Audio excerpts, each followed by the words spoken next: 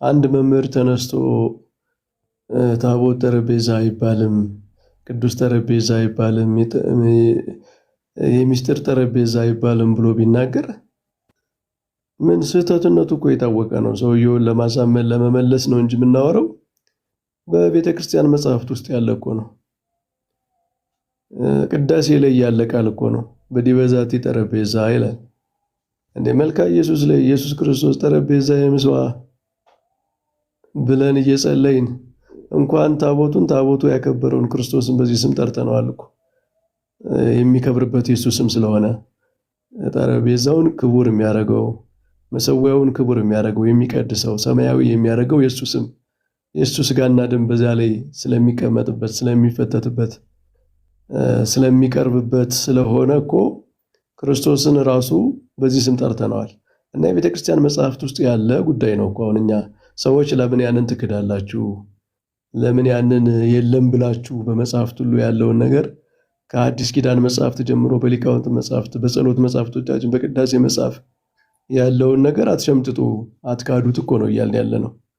እና ሰዎቹን ለመመለስ ለማስተካከል ነው እንጂ የቤተ ክርስቲያን ትምህርት እኮ የታወቀ ነው። ምን መጽሐፍቶቹ እኮ ናቸው የሚናገሩት። ቀሲስ ዲበኩሉ ወይ እኔ ወይ ሌላ ሰው ተነስቶ እኮ የጻፈው መጽሐፍ ላይ አይደለም ይሄ ነገር የሚገኘው፣ የቤተ ክርስቲያኗ መጽሐፍት ውስጥ የሚገኝ ነገር ነው። እና እኛ አሁን እያወራን ያለነው እኮ አንደኛ ሰዎቹ የተሳሳተ ትምህርት ሲያስተምሩ ዝም ማለት ስለማይገባ፣ ሁለተኛ ይሄ ዓላማው ምንድነው? ቤተ ክርስቲያኗን ከሌሎች የአብያተ ክርስቲያናት የመነጠል ዓላማ አለ፣ ሴራ አለ። ይሄን ሊገባችሁ ይገባል። እና እነዚህ ሰዎች በየዋህነት የዚያ እንትን ቪክቲም ሆነዋል፣ የዚያ ዓላማ ማስፈጸሚያ ሆነዋል። ቤተ ክርስቲያናችንን ከሌሎቹ ለይተው ቤተ ክርስቲያኗን እንደፈለጉ ዝቅ የማድረግ እንትን ዓላማ ያላቸው ሰዎች አሉ። ኦሪታዊት ነች፣ አዲስ ኪዳንንና ብሉይ ኪዳንን ፍጻሜውን ያልተቀበለች ነች፣ ገና በኦሪት ሕግ ያለች ነች። እንደዚህ ያሉ ቤተ ክርስቲያንን ገና ባለፈውም እንዳልነው ከጀስዊት ሚሽነሪዎች ጀምሮ ከ17ኛው ከ16ኛው ክፍለ ዘመን ጀምሮ እኮ እንዲህ አይነት እንትን አለ፣ ክስ አለ ቤተ ክርስቲያን ላይ። ቤተ ክርስቲያናችን ደግሞ ኮንሲስተንትሊ ስትመልሰው የነበረው ነው እንደዛ አይደለውም እያለች ነው። እንደዛ አይደለውም። ለምሳሌ በግዝረት ጉዳይ ሚሽነሪዎች፣ የጀስዊት ሚሽነሪዎች፣ የካቶሊክ ሚሽነሪዎች መጥተው ኢትዮጵያን ይገዘራሉ፣ ስለዚህ ብሉይ ኪዳን ላይ ናቸው ገና ብለው ከሰሱ። በአፄ ገላውዲዮስ ዘመን ሊቃውንት ተሰብስበው ምን አሉ? ይሄ ባህላችን ነው፣ መገዘር ባህል ነው እንጂ ሃይማኖት አይደለም። አሁን በአዲስ ኪዳን እንጂ እኛ ምንድነው እንጸድቃለን ብለን አይደለም አሁን የምንገዘረው። አሁን የምንገዘረው እንደውም የግብፅንም የሌሎችንም ይጠቅሳሉ፣ ባህል ነው ደግሞ ለንጽህናም ጥሩ ነው፣ ይጠቅማል። እንደዛ ብለው ነው የመለሱት እንጂ ጥምቀት ነው። አሁን የግዝረት ምትኩ ጥምቀት ነው በአዲስ ኪዳን። እንደዚያ እያሉ ሲከላከሉ ነው የኖሩት። አሁንም የኢትዮጵያ ቤተክርስቲያንን በዚያ የመክሰስ ታሪክ አለ። ለዚያ ለመክሰስ የሚያመቻቸው እንደምታውቁት ከብሉይ ኪዳን ጋር የተያዘ ከታቦተ ጽዮን ጋር የተያዘ ታሪክ ስላለን ሁሉን ነገር እዚያ ጋር አድርገው ቤተክርስቲያኗን መክሰስ የሚፈልጉ ሰዎች አሉ። እና እነሱ ይጠቅማቸዋል። ለምን መሰላችሁ? ከሌላው የክርስትና ዓለም የተለየ መሆኑ ብቻ ሳይሆን ደግሞ የተሳሳተ አድርገው ለማሳየት ስለሚፈልጉ ማለት ነው። እና እነዚህ ፕሮቴስታንቶቹ ተሐድሶዎቹ የታቦትን ጉዳይ እኛ ስናብራራ ለምን ይመስላቸዋል የሚናደዱት? እኛ እኮ ቲክቶዶክስ ነው የሚሉት፣ ቲክቶክ ላይ ያሉ መምህራንን አንቀበልም፣ እኛ የምንቀበለው የነ ዶክተር ቀሲስ ዘበነን ትምህርት ነው፣ የቤተ ክርስቲያኗ እውነተኛ ትምህርት ነው ብለን የምናስበው የእነሱን ትምህርት ነው ይላሉ። ለእነሱ ተቀባብሎ የተቀመጠ ትምህርት ነው ያ ማለት ነው። እንደዚህ አይነት ዝንባሌ መጀመሪያ ቀድሞ የጫኑባቸው ብሬኖች ያደረጓቸው ሰዎች አሉ። እንደዚህ እንዲያስቡ አድርገው አቀባብለው ያስቀመጧቸው ማለት ነው፣ በየዋህነት የሚከተሏቸው። የኛ ለምንድን ነው የማይመቻቸው? የእነሱን እንትን የሚያፈርስ ነው። በቃ አይመችም። ለፕሮቴስታንት ለተሐድሶ የማይመች ነው የኛ። ምክንያቱም ቤተክርስቲያኗ ከክርስቲያን ትራዲሽን በአጠቃላይ ከክርስትናው ዓለም የተቀዳ አንድ የሆነ የመስዋዕት ስርዓት የቤተ መቅደስ ስርዓት እንዳለ ስናሳይ ሁሉንም የክርስትና ዓለም ተችተው ነው እኛን አብረው የሚተቹ። ለብቻ የተለየ አድርገው እነሱን ለመከላከል እንዲመች ብለን ትምህርትን ቀይር ሳይሆን ትምህርታችን ራሱ እንደዛ ነው። ይሄ እንትን ሆኗል። ምንድነው አሁን በፕሮቴስታንት ጋር በነበረው ባለፉት 20-30 ዓመታት በነበረው ዲያሎግ የሆነ የሚኒሻ አንድ መምህር ያለው ነገር አለ። የሚኒሻ እንትን ነበረ መከላከል ሲደረግ የነበረው ብዙ ጊዜ ሊቃውንት አባቶቻችን የዚህ ፕሮቴስታንቱን ጌታ አድርገው በምን በኩል ብንሄድ ይሻላል ብለው እንደሚያጠቁ የተረዱት አብዛኛው ይሄ የፕሮቴስታንቱን አመጣጥ ቀድሞ ያጠኑ በቴዎሎጂ በምን ያሉ ሰዎች ናቸው ቀድሞ የተረዱትና እሱ ነው አሁን ያንን ማስቀጠል ይፈልጋሉ። እኛ ደግሞ ምንድነው የምንላቸው? አይ አሁን እኮ የተዘጋጀ ጦር አለ፣ ሁልጊዜ በሚኒሻማ እንዋጋም። የሚኒሻ ጦርነት ብቻ አይቀጥልም። አሁን የኢትዮጵያ ቤተክርስቲያን ወጣቶችን በጣም ብዙ አንብበዋል። የቤተክርስቲያኗንም የፕሮቴስታንቱንም በሌላው ዓለም ያለውንም ነገር በደንብ መርምረዋል እና እንደዚህ ይቀጥላል ብለው ማሰብ የለባቸውም። ለዛ ነው አሁን ችግሮች የሚፈጠሩት ይህንን ባለመረዳት ይመስለኛል። እና እንደው ግን ይሄ የታቦት የመሰዊያ ቴዎሎጂውን ይሄ ነገረ መለኮቱን በደንብ በጣም ዲፕሊ መረዳት ያለብን ብዬ የማስበው ቁርባን ምንድን ነው? ቅዱስ ቁርባን ምንድን ነው? መስዋዕት ነው አይደል? እኛ መሰዊያ ያለን አብያተ ክርስቲያናት በአጠቃላይ መሰዊያ ያላቸው አብያተ ክርስቲያናት ሁሉም የሚስማሙበት ቅዱስ ቁርባን መስዋዕት ነው ብለው ነው። ቅዱስ ቁርባን ኦፈሪንግ ነው። ቁርባን ማለት ራሱ የሚቀርብ መስዋዕት ማለት ነው። መስዋዕት ነው ብለው ነው የሚቀበሉት። መስዋዕት ከሆነ የምን መስዋዕት ነው ካልን የብሉይ ኪዳን መስዋዕቶች ሁሉ ፍጻሜ ነው። በብሉይ ኪዳን ይቀርቡ የነበሩ መስዋዕቶች ሁሉ በአጠቃላይ ፍጻሜያቸውን ያገኙበት፣ የተጠቃለሉበት፣ የተፈጸሙበት። ይሄ ምን ማለት ነው? በብሉይ ኪዳን ያሉ መሰዊያዎችም ታቦቱም ጨምሮ በአዲስ ኪዳን መሰዊያ ሁሉም ፍጻሜያቸውን አግኝተዋል ማለት ነው። ክርስቶፎሮስ እንደውም ከቻልክ በትልቁ ብታረገኝ አንድ ጉዳይ በጣም ለአጭር ደቂቃ ባሳይ ደስ ይለኛል። ይቻላል። ኧረ መምህር እሺ፣ ያው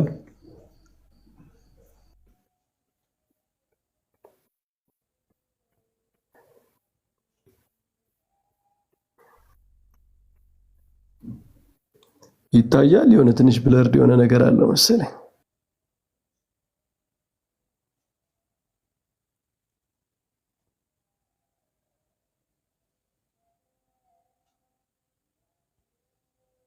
ደብተራ ድንኳን ነች እና እንደምታዩት ከዚህ ጀምሮ ወደዚህ ነው ወደ ቅድስተ ቅዱሳኑ የሚሄደው መጀመሪያ ላይ እና ይሄ የሚያመለክተው የእግዚአብሔርን መግቦት ነው። እግዚአብሔር እስራኤልን ሁልጊዜ እንደሚመግባቸው መጋቢያቸው እግዚአብሔር እንደሆነ የሚያሳይ ነው ይሄ ማለት ነው። ከዛ እዚህ ጋር ደግሞ ምን ይላል? የዕጣን መሰዊያ አለ። እዚህ ጋር ሰው ይታያችሁ ከሆነ የዕጣን መሰዊያ አለ እና ሁሉም ከወርቅ ነው። ቤተ መቅደስ ውስጥ ያሉት ሁሉ በወርቅ የተለበጡ ናቸው እንደምታዩቸው ማለት ነው። ከዛ እዚህ ጋር ደግሞ መቅረዝ አለ። መብራቱ 7 መብራቶች ያሉበት መቅረዝ አለ። ከዛ እዚህ ውስጥ ደግሞ ምን አለ? ታቦቱ አለ። ቅድስተ ቅዱሳን ውስጥ ማለት ነው። እና ታቦቱ የሚወክለው በዓመት አንድ ጊዜ ሊቀ ካህናቱ ይገባና እዚህ ውስጥ ሊቀ ካህናቱ መስዋዕቱን ደሙን ይዞ ነው የሚገባው። እና ታቦቱ የእግዚአብሔር ሕልውና ክብሩ የሚገለጥበት ነው። እግዚአብሔር በደመና በኪሩቤል መካከል ለእስራኤል የሚነጋገርበት በጣም የከበረ ሊቀ ካህናቱ ራሱ በዓመት አንድ ጊዜ ሲገባ በገመድ ታስሮ ነው የሚገባው። ምናልባት ተቀስፎ ቢቀር እንኳን ጎትተው ለማውጣት ከዘገየ ማለት ነው። አሁን ይሄ እዚህ ጋር የእግዚአብሔር መገለጥ የእግዚአብሔር በሕዝቡ መካከል መገኘት ነው የሚታየው ማለት ነው። የበስተ ገጹ መቀመጫ እንትን አለ፣ ጠረጴዛ አለ እዚህ ጋር። እነዚህ ሁሉ ነያት አሉ። አሁን ይህንን የማሳያችሁ ለምንድን ነው? ከዚህ ውስጥ በክርስቶስ ያልተፈጸመ ነገር የለም። ይሄ በእሳት የሚቃጠለው መስዋዕት የክርስቶስ ምሳሌ ነው። መስዋዕቱ በእሳት እንደተቃጠለ ክርስቶስ በመከራ ራሱን መከራ ተቀብሎ በመስቀል ላይ ያቀረበው የራሱ የሰውነቱ መስዋዕት ነው። እዚህ ጋር የዕጣን መስዋዕት አለ፣ የዕጣን መሰዊያ አለ። ይሄ የክርስቶስ ምሳሌ ነው። ምክንያቱም ክርስቶስን በቅዳሴ ሰዓት ምንድነው የምንለው? ዕጣኔ ማርያም ብለን ዕጣን ውእቱ ኢየሱስ ክርስቶስ እንላለን።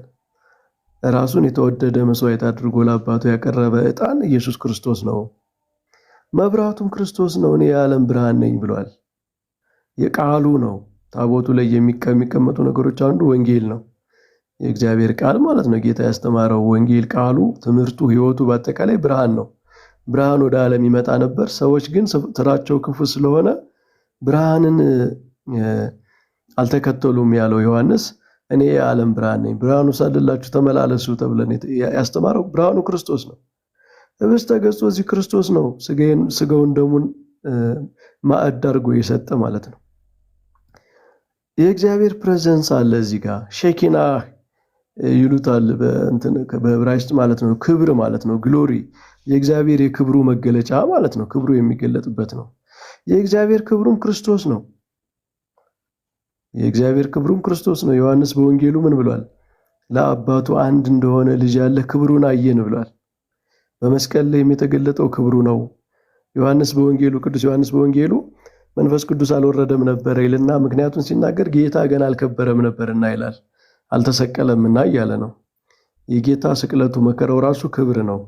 ክብር ምንድነው? የእግዚአብሔር የማዳን ክብሩ ነው የተገለጠው በመስቀሉ ማለት ነው። የእግዚአብሔር ስራው ክብር ነው። በአጠቃላይ በክርስቶስ ነው የተገለጠው እና ፕሬዘንስ የእግዚአብሔር በሕዝቡ መካከል መኖር በቅዱስ ቁርባን ነው። አሁን በቤተ ክርስቲያን መካከል የሚገለጠው ክርስቶስ በመካከላችን መሆኑ መገለጫው፣ በእኛ መካከል ማደሩ መገለጫው ቅዱስ ቁርባን ነው። አሁን እዚህ ውስጥ ሁሉ ያለው ምስጢር በአጠቃላይ በቤተ ክርስቲያን መሰዊያ ላይ የተፈጸመ ነው። ያልተፈጸመ ነገር የለም። እዚህ ጋር የሚቀርበው መስዋዕትም ቅዱስ ቁርባን ነው። ምሳሌነቱ ፍጻሜው እዚህ ጋር ዕጣኑም እሱ ነው። መብራቱም እሱ ነው። እዚህ ጋር የእግዚአብሔር ፕሬዘንስም በቅዱስ ቁርባን ራሱ እግዚአብሔር ነው በመካከላችን ያለው። ስለዚህ በማንኛውም የክርስትና መሰዊያ የክርስቲያን መሰዊያ በሁሉም አብያተ ክርስቲያናት መሰዊያ ላይ ይሄ ሁሉ ምስጢር የክርስቶስ ስጋና ደም አላቸው ብለን ካመን ይሄ ሁሉ ምስጢር በእነሱ ተጠቃሏል። ካልሆነ እውነተኛ የክርስቶስ ስጋና ደም የላቸውም ብለን ማመን አለብን። እውነተኛ የክርስቶስ ስጋና ደም ሆኖ ይህንን ሁሉ ያላዘ የለም። ይሄ ሁሉ ያልተፈጸመበት ነገር የለም። ይሄ ሁሉ ተፈጽሞበት ነው የክርስቶስ ስጋና ደም ፍጻሜ የሆነ። የክርስቶስ ስጋና ደም ውስጥ የዚህ ምስጢር አለ። የናቸው ግን አንዱ መሰዊያ ነው። ሌላ 2-3 መሰዊያ በአዲስ ኪዳን ስለሌለ ማለት ነው። ስለዚህ ሁሉም በዚህ የደብተራ ድንኳን ምስጢር በአጠቃላይ በአንዱ መሰዊያ ላይ የተጠቃለለ ነው። ለዚያ ነው ብዙ ስም የሚሰጠው። መሰዊያም ብንለው፣ ቅዱስ ጠረጴዛም ብንለው፣ ታቦትም ብንለው፣ ሁሉም ስም የሚስማማው፣ ጽላትም ብንለው፣ ሁሉም ስም የሚስማማው የአዲስ ኪዳን መሰዊያችን የሁሉም ምስጢር የተካተተበት የክርስቶስ ስጋና ደም የቀረበበት ስለሆነ ነው። ስለዚህ ስለ ታቦት፣ ስለ መሰዊያ፣ ስለ ቅዱስ ጠረጴዛ፣ ስለ እነዚህ ነገሮች የምንናገረው ነገር ቀጥታ ሄዶ ቅዱስ ቁርባን ጋር ነው የሚጥለን። ቅዱስ ቁርባን ላይ ችግር ይፈጥራል ማለት ነው።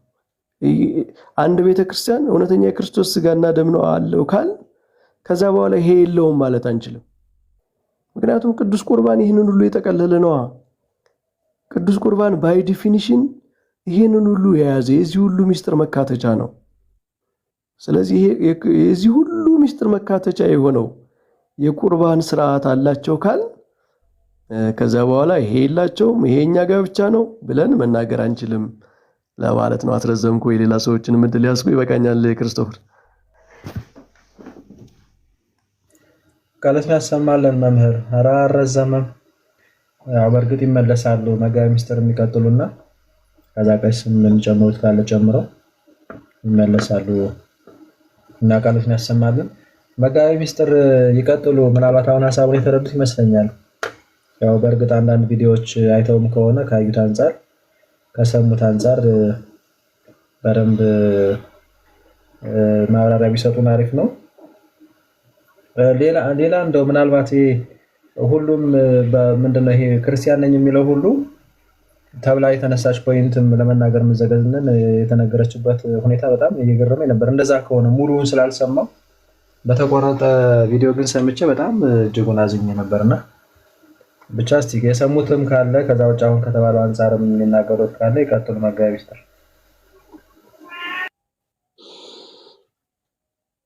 ክርስቶፎሮስ አይ አሁን ገሌ ይህንን አለ ለማለት ቪዲዮ የቀረበ በዛ ላይ ሐሳብ መስጠት እሱ ለመምህራን ተገቢ ነው። በሌላ መርሃ ግብር ላይ እሱን ነገር ኃላፊነት ተሰጥቶት ለውይይት በሚያመች መልኩ ወይ ቀሲስ ዲበኩሉ ወይም መምህር በረከት አንዳችሁ እያንዳንዷን እንትን እየታየ ምላሽ ቢሰጥበት የዕቅበተ እምነት አንዱ መንገድ ይሄ ስለሆነ ነው። እኛ የድርሻችንን እንወጣለን። ከዛ በኋላ ባለቤቱ ፕሮግራም ተይዞለት ይህንን ብለሃል ያልክበትን መንገድ አስረዳ ሚዲያ ላይ ስላለ በመሰረቱ ሰው ኃጢአት ሲሰራ የግሉ ኃጢአት ከሆነ በግሉ ነው ንስሐ የሚገባው። አደባባይ ላይ ኃጢአት ከሰራ ግን መልስ መስጠት ያለበት አደባባይ ላይ ነው። አሁን እኛ ጋር ያልተለመደው ምንድነው? የሆነ ሰው ተመለሰ በቃ ተጸጽቶ ተመለሰ ይባልና ሲክድ በአደባባይ ሲመለስ በጓዳ እኔ ይህንን ነገር ሪከመንድ አናደርግም። ስለዚህ አደባባይ ላይ የወጡ ነገር ከሆኑ አደባባይ ላይ ባለቤቱ መልስ እንዲሰጥበት ቢደረግ እንደ ወንድምነት ቅዱሳት መጽሐፍትም የሚነግሩን ሐቅ እሱ ነው። እማበሰ ለከሁ ከሆሮ ገሰጾ ለባቲት ከወንድምህ ቢበድል ብቻህን ሄደህ ጠይቀው መሰማከ ረባይኮ የሰማህ እንደሆነ ጠቀምኸው ወለእመ ይሰማከ ንሳ አሐደ አው ክልኤተ መዓድየ ያልሰማህ እንደሆነ ደግሞ አንድ ወይ ሁለት ወይ ሶስት ካንተ ጋር ይዛ አሁንም ይመከር። ወሎምሰ እመ ይሰምዖሙ ንግራ ለቤተ ክርስቲያን እነሱን ካልሰማ ግን እንደ ጥንቱ ከሆነ በአንድ ደወል የሚሰበሰብ አሁን አጥቢያ የምንለው ማለት ነው። በአንድ ደወል የሚሰበሰብ በአንድ አጥቢያ ስር ባለው ህዝብ አማኝ መሃል ላይ ይነገረው። ከዛ በኋላ ግን እንደ አረማዊ እንደ መጸባሃዊ ይሁን በማለት በቅዱስ መጽሐፍ ተነግሯል።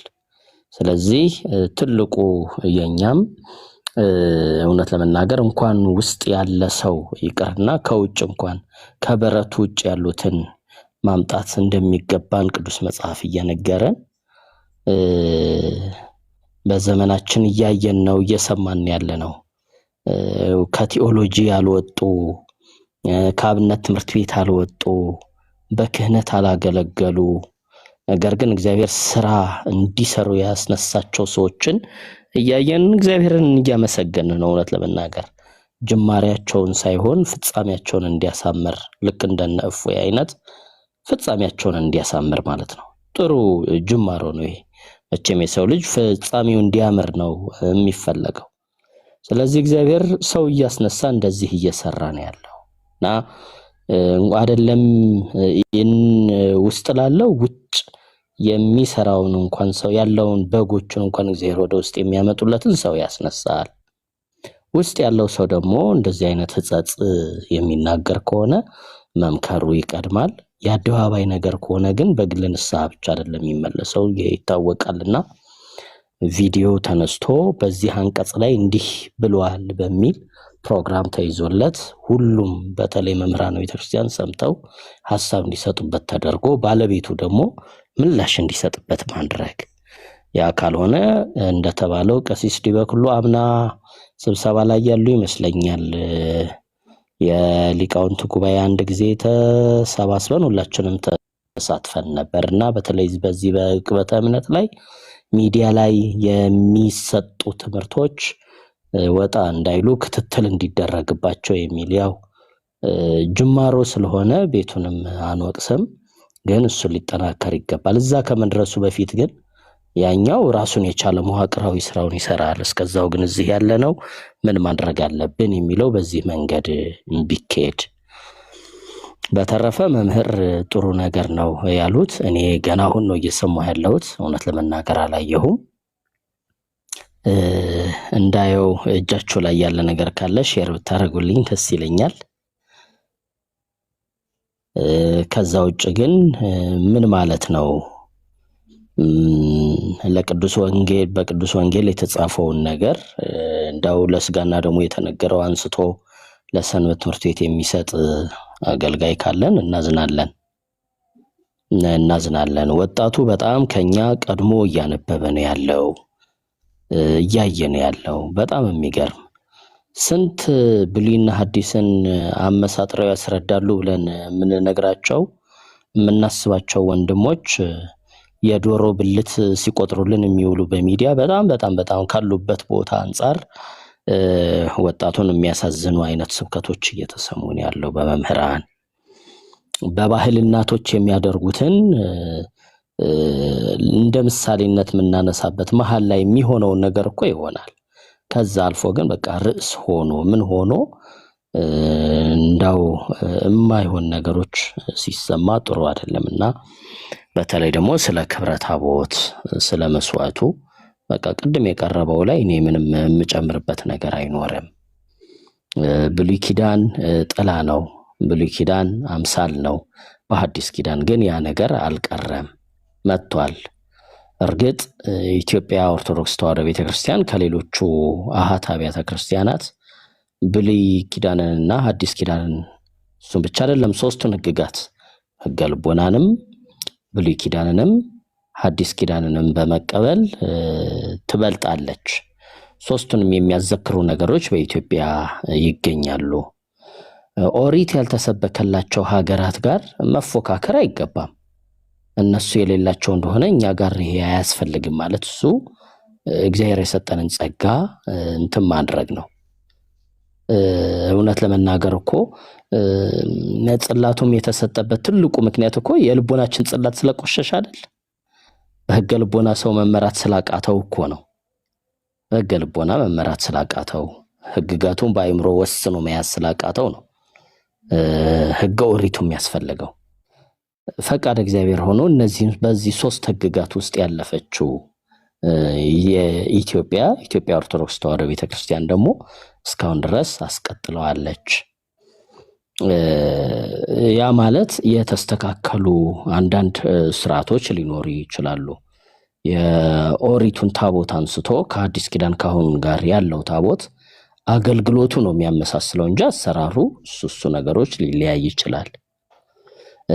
ያኛው ላይ 10ቱ ቃላት አለ፣ ያሁኑ ላይ 10ቱ ቃላት የለም የሚል ይሄ እንደው የሞኝነት አጻጻፍ ካልሆነ በስተቀር እንጂ በሊቃውንት ትምህርት የፊደል ውክልና የሚባል ትምህርት አለ። የፊደል ውክልና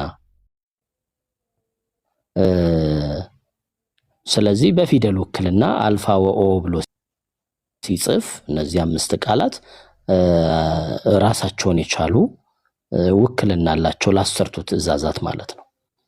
ከዛ ውጭ ግን በመሰዊያነቱ ያገለግላል። ድሮም እግዚአብሔር የሚገለጽበት የእግዚአብሔር መገናኛ ነው። አሁንም እግዚአብሔር የሚገለጽበት የእግዚአብሔር መገናኛ ነው። አገልግሎቱ ይሄ ነው። ስለዚህ በእንደዚሁ ብንረዳው በይበልጥ ግን ግለሰቡ ያሉትን ቪዲዮ እንደዚሁ ፊት ለፊት እያቀረበ ልክ አሁን ማሳያ እንደቀረበ ሁሉ ይህ ያሉት ይህ ነው የሚለውን ግን ማንም ሰው አየር ላይ የዋለ ነገር እስከሆነ ድረስ ምላሽ ቢሰጥበት፣ በይበልጥ ደግሞ ግለሰቡ ተገኝተው ምላሽ እንዲሰጡበት ደግሞ እንደወንድም ቢነገራቸውም እምቢ ይላሉ አልቀርብም ይላሉ ብዬ ስለማልገምት ያ ነገር ቢደረግ ባይነኝ። ብዙም እንትን ስለሌለኝ ነው የሰማሁት ነገር ስላልሆነ ነው። አሁን ካደመጥኩት ነገር ጋር አስተያየት ለመስጠት ያህል ነው። አመሰግናለሁ። እሺ እኛም እናመሰግናለን መጋቢ ምስጢር አባታችን፣ መንግስታትን ያውርስልን፣ እግዚአብሔር ይስጥልን። እሺ ምናልባት ከስር ኮሜንት ላይ አንዳንድ ልጆች እየጻፉ ነበረ እና ምናልባት መጋቢ ማን ነው መላከ ገነት ቀሲስ ምናልባት ልጆች ወይ ገብተው የሚጠይቁት ነገር ካለ በዙሪያ ግልጽ ያልሆነላቸው እንደደለ እንስጣቸው ሀሳብ መስጠት ከፈለጉ ወይስ ተጨማሪ ሀሳብ አለው እርሶና እኛ እንደዛ እንቀጥል። እሺ አይ በመጀመሪያ ቃለ ሕይወት ያሰማልን መጋቤ ምስጢር አስመምራን ያድልልን፣ በረከተ መምህራንን ያድልልን። መምህር በረከትም እንደዚሁ ቃለ ሕይወት ያሰማልን። በጣም ገላጭ የሆነ ቅድም ያቀረቡት በስዕል መንገድ የተገለጸው አገላለጽ በጣም ገራሚ ነውና እንደዚህ ነው መጻሕፍትን መረዳት እንደዚህ ነው። በእውነት እንደው በጣም ነው ደስ የሚለኝ። እኔ መምህር በረከት ሲያስረዱ በደንብ ነው የሚገባኝ። ደግሞ ይገርማቸዋል እና አይውሽ እንደው በእውነት እንደው በዚህ ደረጃ ከሽምደዳ በዘለለ አንዳንዶቻችን እንደው ሽምደዳው አንዳንዶቹ የሚናገሩት ነገር ሽምደዳው ውስጥ ያሉበት አይመስለኝም። እንደው ከሁሉም ነገር ከመረዳቱም ከሽምደዳው አንድ ከዚህ ቀደም ተናግሬው ያውቃለሁኝ። አንድ እኔ ተወልጄ ያደኩበት ደብር እንደው ደከም ያለች ቆላ ናት። ብዙም ሊቃውንት ያሉባት ደብር አይደለችም። እኔ ተወልጄ ያደኩባት አያቴ ነው የሰራት ቤተክርስቲያኗን በእኔ እድሜ ነው የተተከለችው። ኪዳነ ምሕረት ቤተክርስቲያን ነች እና ቅዳሴ ስንወጣ እዚያ ዘኬ ቤት ሁለት ቄሶች በነገር ተጣሉብን ማለት ነው። እና አንደኛው ወጣቱ ቄስ ቅዳሴ በደንብ ቀዳሽ ነው፣ ቅኔ አይችልም። አንደኛው ሸምገል ያለ ሽማግሌ ቄስ ነው፣ ቅኔ በደንብ አበጥሮ የዘራፊ ያክል ነው ቅኔ የሚችለው። በጣም በጣም ጎበዝ ነው። እና ይሄ ቅኔ በደንብ የሚቀኘው ቄስ ቅዳሴ ደግሞ አይችሉም።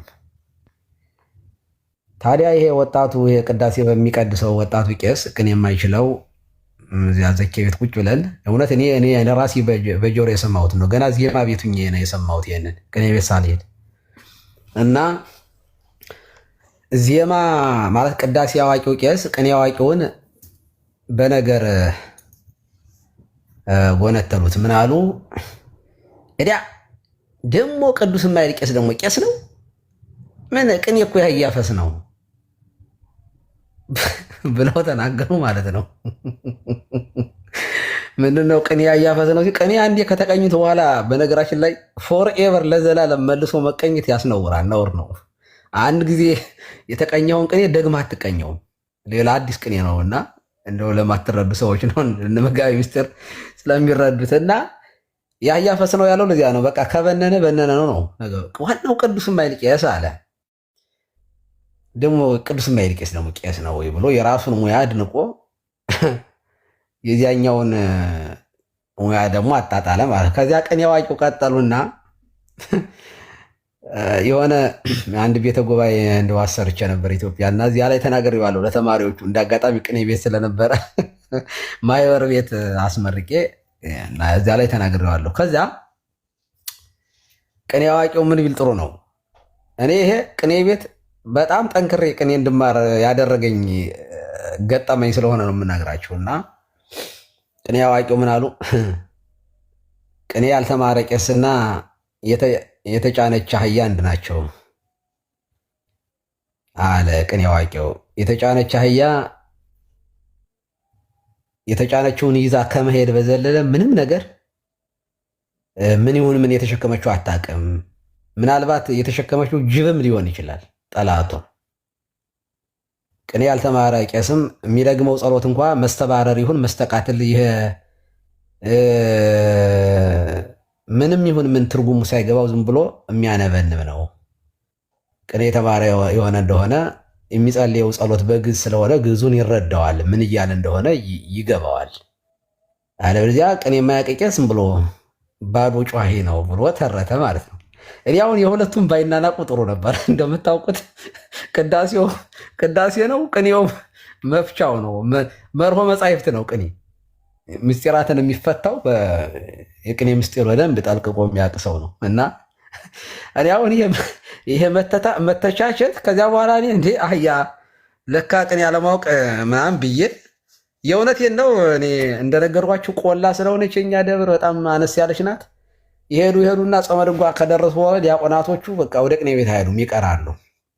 እና ጠንክሬ ቅኔ ቤት ሂጄ ሄድኩኝ። በጣም ብዙዎችን ጠቅሜያለሁ በእውነት እንደው በጣም እኔ ሂጄ ቅኔ በመማሬ ከኔ በኋላ ብዙዎቹ ተከትለው መጥተው ዛሬ ደብሩን መርጌታ ምናምን ሆኖ የሚያገለግሉት ከኔ በኋላ የተነሱ ልጆች ናቸው ያችን ደብር። እና ምን ለማለት ፈልጌ ነው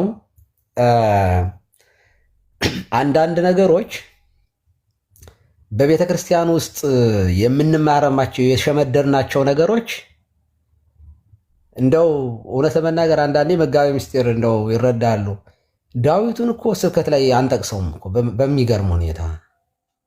አሁን ዳዊት በቃ ሁሉም ነገር ስብከት ነው፣ ጸሎት ነው፣ ስብከት ነው፣ ሁሉም ነገር አለ። ዳዊት በመዝሙረ ዳዊት ላይ የሌለ ነገር የለም። ስርዓት አምልኮ፣ ብዙ ነገሮች ከዚያ የሚቀዱ ናቸው። እና እንደሚታወቁ አዲስ ኪዳንም ነው ዳዊት።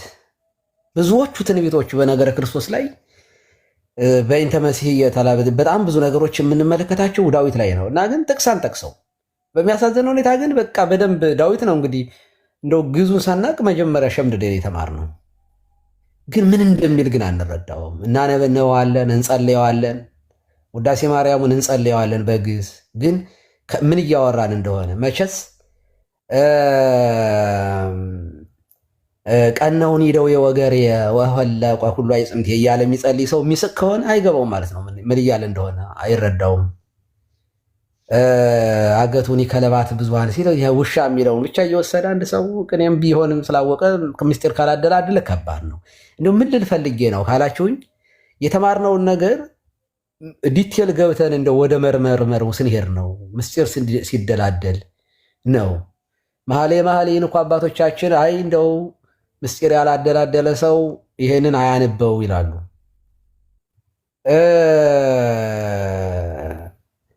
እውነት ነው። በጣም በጣም መኃልየ ነገረ ስለ ክርስቶስና ስለ ቤተ ክርስቲያን በጣም የሚያብራራ ክፍል ነው። ግን ሁለት ጡቶችሽ ምናምን ጥርሶችሽ ምናምን ሲል አንድ ወጣት ይህን ጎረምሳ ቢያነበው እውነት ለመናገር ሌላ የሚወዳት ፍቅረኛ ካለች እሷን እያሰበ ሊያመነዝር ይችላል በእውነቱ። እና ምስጢር ማደላደል ሌላ ነገር ነው። እኔ በአብነት ትምህርት ቤት እውቀቱ ምኑ ይሄ ሙሉ የሆነ ነገር ነው ያለው። እና ደግሞ ምስጢር ለማደላደል ወይ ጉባኤ ካልተከሉ ወይ ያንን በደንብ አድርገው ካላሰላሰሉት ተመርቀው ስለወጡ ብቻ በቂ ነው ማለት አይደለም። ቴዎሎጂው ለዚህ ይረዳል፣ ያግዛል፣ እንድናሰላስል ይረዳናል። በተርም ያስቀምጠዋል። አሁን ነገረ ድህነቱ ላይ እንደዚህ ይሄ ማለት ይሄ ነው፣ ይሄ ማለት ይሄ ነው፣ ከፋፍሎ በብልቱ ይሄ የዶሮ ብልት አይደለም የምስጢር ብልት ነው። በደንብ አድርጎ የሚያሳይ ነገር አለው ቴዎሎጂውን። የተረዳሁት እንደዚያ ነው። በጣም ብዙ ነገሮች ማለት ነው ከፋፍሎ። ይሄ ግዙ ላይ ደግሞ በደንብ እንግዲህ ድሮ ግዕዝ ተናጋሪው ይበዛ ስለነበረ ቋንቋውም ራሱ ግዕዝ ስለነበረ ቀላል ሊሆን ይችላል አንደርስታንድ ለማድረግ። አሁን ላይ በቤተክርስቲያን ሊቃውንት ብቻ ያለ ነገር ስለሆነ ግዴታ መተርጎም መብራራት ይጠበቅበታል ማለት ነው። እና አንዱን ባይተች አንዱን እንትን ባይል እንግዲህ ሲብራራ የቅድሙ የብሉይ ኪዳን መስዋዕቱ ዕጣኑ ምኑ አካል ሆኖ ተገልጦ ነው የምናገኘው። የእውነቴ ነው፣ አካል ሆኖ ነው የምናገኘው። በነገራችን ላይ እኔ እነዚህ አባቶች ከመጡ ውይይቱ ላይ እዚያ ላይ ያቀርበዋለሁ ብዬ ነበረ ስለ ታቦቱ። የአዲስ ኪዳን ታቦት እና የብሉይ ኪዳን ታቦት ይዘቱ የአሰርቱ ትእዛዛት እሱ እንዳለ ሆኖ አልፋ ወኦ በሚለው በምስጢር ተተክቶ፣ ነገር ግን ታቦቱ ከጀርባው ላይ መስቀል አለ፣ ፊት ለፊት ላይ ስነ ስቅለቱ አለ። ይሄ የብሉይ ኪዳን ታቦት ላይ መስቀል አይደለም የሚሳለው። ለምንድን ነው መስቀል ታቦቱ ላይ መስቀል የሚደረገው? ከታች መስቀሉ ከላይ ስቅለቱ ላይ የሚሆነው ለምንድን ነው ሲባል የአዲስ ኪዳን መስዋዕቱ የተሰዋው በመስቀል ላይ ነው። በጉ የቀረበበት መስዋዕት ሆኖ የቀረበበት መስቀሉ ነው። እና ስነ ስቅለቱ ክርስቶስ በመስቀል ላይ አይደል? ወአመተላልኩ ምድር ስብ ኩሉ ሀቢ አይደል ያለው? እኔ ከምድር ከፍ ከፍ ያልኩ እንደሆን ሁሉን ወደ እኔ ስባለሁ። የዚህ ዓለም ፍርድ ደርሷል፣ የዚህ ዓለም ገዥ ይጣላል። እኔም ከምድር ከፍ ከፍ ያልኩ እንደሆን ሁሉን ወደ እኔ ስባለሁ አለ ዮሐንስ ወንጌል 12 ላይ። እና ክርስቶስ በመስቀል አይደል በጉ የተሰዋው? በሐዲስ ኪዳን መስዋዕቱ ሲሰዋ ታቦቱ ላይ ነው። መሰዊያው ታቦቱ ነው። መስቀሉም አለ፣ ስቅለቱም ራሱ አለ፣ መስዋዕቱ ራሱ አለ። በነገራችን ላይ መስዋዕቱ ላይ ራሱ መስቀል አለ። መስዋዕቱ ራሱ በመስቀል ነው። ይህንን በምስጢር ውዳሴ ማርያም ትርጓሜ ሲተረጎም በደንብ ይብራራል። ባረከ ወፈተተ ላይ 13 ሆኖ ማጠቃቀኑ፣ መፈተቱ፣ መባረኩ እነዚህ ሁሉ ምስጢራት አላቸው። በነገራችን ላይ ጸሎተ እንፎራ የምንለው አለ። የመስዋዕት ጸሎት የሚባል አለ እዚህ ቅዳሴ ላይ ባረኮ ለዝንቱ መስዋዕት እያለ የሚባርክበት አለ። እኔ በሌላ ጊዜ በደንብ እሱን ነገር ላሳያችሁ። እንደው ቢመጡ እነዚህ ሰዎችና እንደው ይችን ጥያቄ አንዳንድ ነገሮችን ረጋ ብለን እስኪ ይሄን እንዴት ተረድታችሁት ነው? አራት ማዕዘን ምናምን ይሄ መሎጊያ ያለው ምናምን ልትሉ ነው መታችሁ? የብሉይ ኪዳን እኛ ቀደም ሲናገሩ እንደነበረው ታቦት የሚለውን ስሙን እንዳለ ወስደነዋል። ታቦት በነገራችን ላይ አንድ ብቻ ትርጉም የለውም። በነገራችን ላይ ታቦት ብዙ አይነት ነው። ታቦት የኖህ መርከብ ታቦት ተብሏል። አንትሙ ታቦቱ ለእግዚአብሔር ተብለን የክርስቲያኖች ሰውነት ታቦት ተብሏል። ታቦት ማለት በራሱ ቤተ አደረ፣ ታቦት ማደሪያ ማለት ነው ትርጉሙ። ከቃላቱ ጀምሮ የምንፈታበት የራሳችን ነገር አለ። ግን እስኪ አንድ ይህንን እንትን ብቻ ላሳያችሁ። እንደው ብዙ ነገር አልልም እንዲመጡ ስለምፈልግ ያን ጊዜ በደንብ ግን እስከዚያ ድረስ እንደው እንዲያዩት የሚመጡ አይመስለኝም። ከመጡ ሸጋ ነው፣ በጣም ጥሩ ነገር ነው። ካልመጡ ግን እንዲህ የሚል ቃል አለ።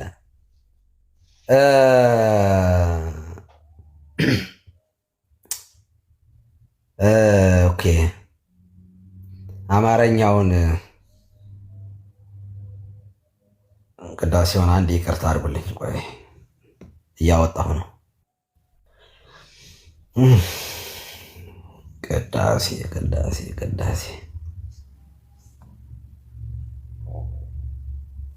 እና ግን ዋናው ኢንቴንሽናቸው እኔ በጣም ያዘንኩበት ነገር ፐርፐዝሊ ወይም የሆነ አጀንዳ መሆን ፈልገዋል። በቃ የሆነ ነገር አውርተው አጀንዳ ወይ መሆን ፈልገዋል። አለበለዚያ ደግሞ የሆነ መምታት የፈለጉት በቃ ተረሳን አይነት ነው የሆነብኝ። እኔ እንደዚህ አለ የተረዳኋቸው። ተረሳን እኛ በቃ የሆነ የኢጎ ጉዳይ እንደዚያ ነገር የተረዳሁት እንደዚያ ነገር። ለማንኛውም እንዲህ ይላል፣ እያወጣሁት ነው። እንዲሁ መጀመሪያው አካባቢ እኮ ነው በነገራችን ላይ እንደው ቅዳሴው ላይ ራሱ ጸሎተ እንፎራ ነው የሚለው መነሻው። እንፎራ ማለት ያው መስዋዕት ማለት ነው፣ የህብስት ማለት ነው። እንዲህ ይላል ኦልቄ ኢየሱስ ክርስቶስ ሱታፌ ቀዳማዊ ቃለ አብ ንጹሕ ወቃለ መንፈስ ማህያዊ አንተ ውእቱ ህብስተ ሕይወት ዘወረድከ እምሰማያት ወአቅደም ከነጊረ ከመ ትከውን በጋ አዛልወ ነውር በእንተ ሕይወተ ዓለም ወይዜን ንስእሎን አስተበቁም እምነ ሂሩትከ ወመፍቀሬ ሰብ አርዒ ገጸከ ላዕለ ዝንቱ ህብስት ወዲበ ዝንቱ ጽዋ ዘአንበርነ ላዕለ ዝንቱ ታቦት መንፈሳዊ ዘለከ ባርኮ ለዝንቱ ህብስት ወቀድሶ ለዝንቱ ጽዋ ወአንጽሖሙ ለክልኤሆሙ ወሚጦ ለዝንቱ ህብስት ይኩን ሥጋከ ንጹሐ ወዘተደመረ ውስተ ዝንቱ ጽዋ ደመከ ክቡረ ወይኩን ለኩልነ ሩገ ወፈውሰ ለመድኃኒተ ነፍስነ ወሥጋነ ወመንፈስነ አንተ ውእቱ ንጉሠ ኩልነ ክርስቶስ አምላክነ ክርስቶስ አምላክ ወለከ ንፌኑ ልዑለ ወለዓለመ ዓለም አሜን ይላል። በአማርኛ ምን ማለት ነው? እንግዲህ እንደነገርኳችሁ ጸሎተ በህብስቱ ላይ በስጋው ላይ የሚጸለይ ጸሎት እና በደሙ ላይ የሚጸለይ ጸሎት ነው። ሪሱ ራሱ ቶፒኩ ጸሎተ እንፎራ ነው። ወይ ትግረኛውን ነው በመድኃኒዓለም ያወጣሁት። ኦ ጌታ ትግረኛውን ነው ያወጣሁት በስላሴ። ቆይ ይሄማ ትግረኛውንማ አይቅርብኝ ተው እንጂ ከታች የሚሰሙት ሰዎች ደግሞ ጌታና ኢየሱስ ክርስቶስ ይሄ አበላሸው ነው የሚሉኝና ቆይ በአማርኛው ልበለው። ስልኬ ላይ ነበረ ቅዳሴው የነበረኝ እና ግዙ ያው አንድ ስለሆነ እንደ አጋጣሚ የትግረኛ ቅዳሴ ትሬኒንግ እያረኩ ነበረ። እዚህ ኤርትራዎች ቤተክርስቲያን ሲሄድ ቅዳሴ ቢታጎን እንደዚህ በአማርኛ ዋናው እኮ ያንተ የሚሆን ታቦት የሚለው ነው። እሷን ነው ግን ዳይሬክት ላነባት ብዬ ነው አባታችን እና መልካም ዳይሬክት ላነበውማ በጣም እንዴት ነው? በቃ ምናልባት እኔ ላነብልዎት፣ ይቅርታ እኔ መጽሐፉ ስላለ ላነብልዎት። መልአከ ገነት ይቅርታ። በጣም ጥሩ። እስከዚያ አወጣዋለሁ። ኧረ እኔ ወይም አልሆነ ግዕዙን ወደ አማርኛ ዳይሬክት እንትን እያልኩ ከማብራራ ብዬ ነው። ያነቡት። እሺ ጸሎተ ንኮራ ነው የሚለው። መምህሬ ኢየሱስ ክርስቶስ ሆይ ከቀዳማዊ አብ ጋር አንድ የምትሆን ንጹሕ የሚሆን የአብ ቃል የባሕርይ መንፈስ ቅዱስ ቃል ከሰማያት የወረድክ የሕይወት ህብስት አንተ ነህ። ስለ ዓለሙ መዳን የሕይወት ህብስት አንተ ነህ። ስለ ዓለሙ መዳን ነውር የሌለበት መስዋዕት እንድትሆን መናገርን አስቀደምክ። አሁንም ከበጎነትህ ቸርነትህ እንለምናለን እንማልዳለንም። ሰው ወዳጅ ሆይ ያንተ በሚሆን በዚህ በመንፈሳዊ ታቦት ላይ ባኖር ነው በዚህ ህብስት ላይና በዚህ ጽዋ ላይ ፊትን ግለጽ። አሁን በመንፈሳዊ ታቦታችን መንፈሳዊ ታቦት ተብሎ ተጠርቷል። እዚህ ላይ ያኛው ስጋዊ ነው ማለት አይደለም፣ ግን ይሄኛው የሐዲስ ኪዳን መስዋዕት ህያው መስዋዕት ነው። ህያው መስዋዕት የሚሰዋበት መንፈሳዊ ታቦት። ምክንያቱም እኛ በአይምሮ ጠባይ ላይ አይምሮ መንፈሳዊ ይላል።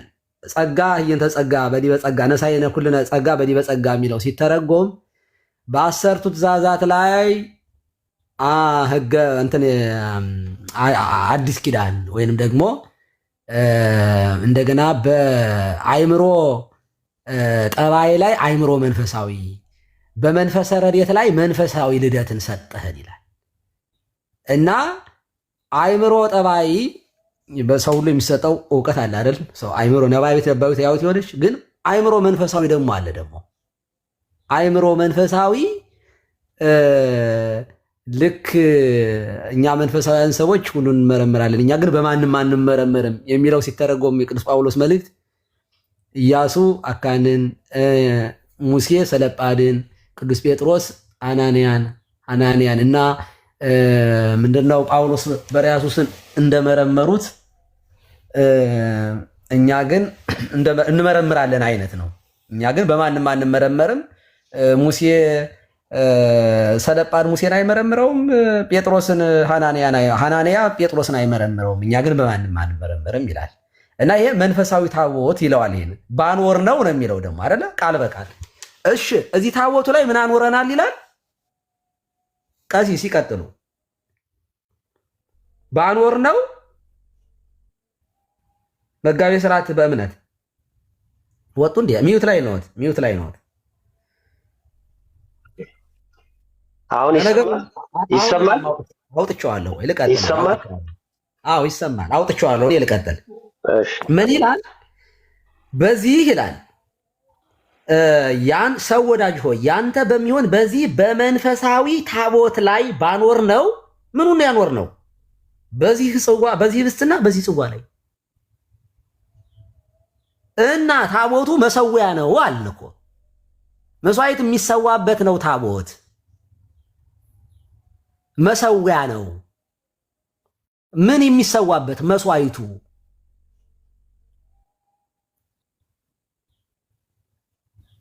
እና ምኑ ላይ አኖረን ነው? ህብስቱንና ጽዋውን ታቦቱ ላይ ነው የሚቀመጠው።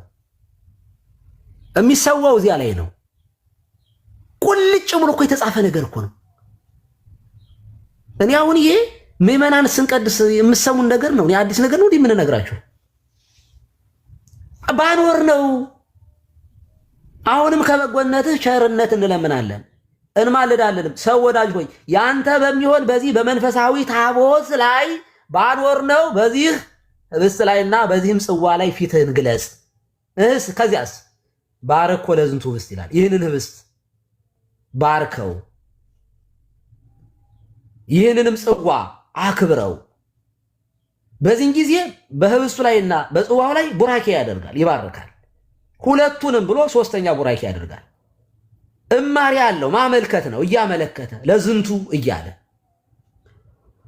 ይህ ንጹሕ ስጋህን ይሆን ዘንድ ለውጠው፣ ይህ በዚህ ጽዋ ውስጥ የተቀዳውን ወይን የከበረ ደምህን ይሁን። ለሁላችንም ያረገ ለነፍሳችንና ለስጋችን ለልቡናችንም ፈውስ ይሆን ዘንድ አምላካችን ክርስቶስ የሁላችን ንጉሥ አንተ ነው። ከፍ ያለ ምስጋናንና ክብርን ስግደትንም ለአንተ እንልካለን። ቸር ከሚሆን ከሰማያዊ አባት ጋራ ከአንተ ጋራ ከሚተካከል ከማህያዊ መንፈስ ቅዱስም ጋራ ዛሬም ዘወትንም ለዘላለሙ አሜን ይላል።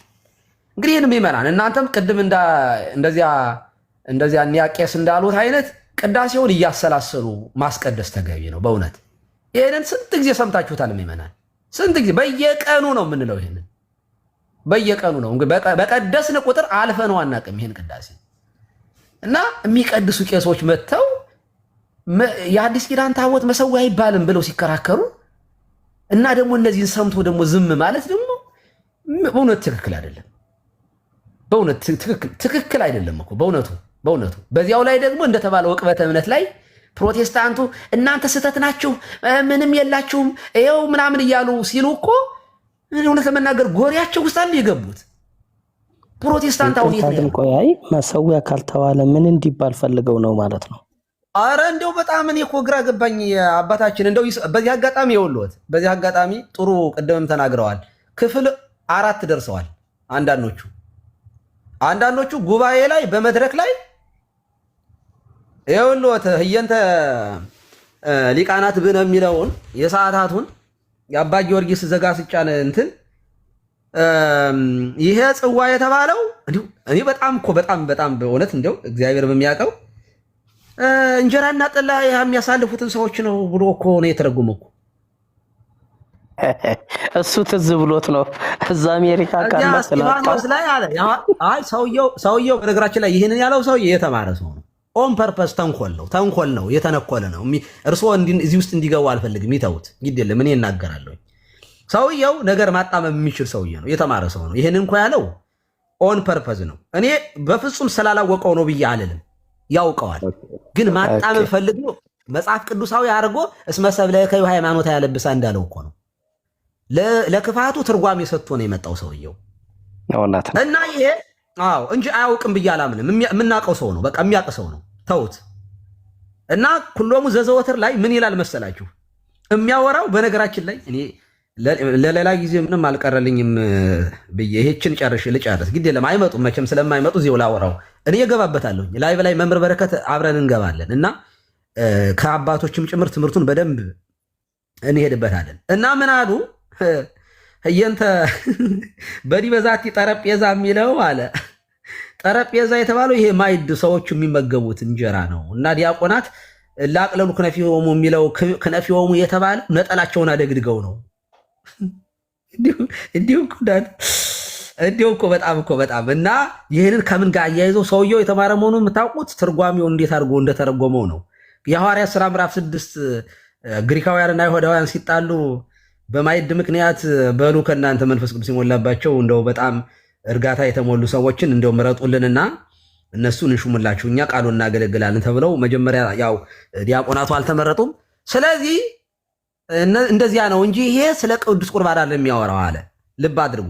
እኔ ልንገራችሁ ምን ይላል መሰላችሁ? ይሄንን ከመናገሩ ስለ ዲያቆናት ኩሎሙ አባ ጊዮርጊስ ከመናገሩ በፊት ስለ ካህናቱ ነው የሚናገረው። በነገራችን ላይ እንዲህ ይላል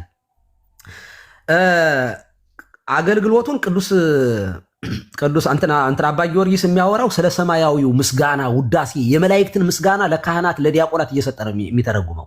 አባ ጊዮርጊስ ምን ይላል? ከላይ ዘቢሲ ማቴዎስ ብሎ ይጀምራል። እስመ ዜና ወልደት ወለመድኃኒነ እምዘራ ዳዊት ንጉሥ በቤተልሔም ዘይሁዳ።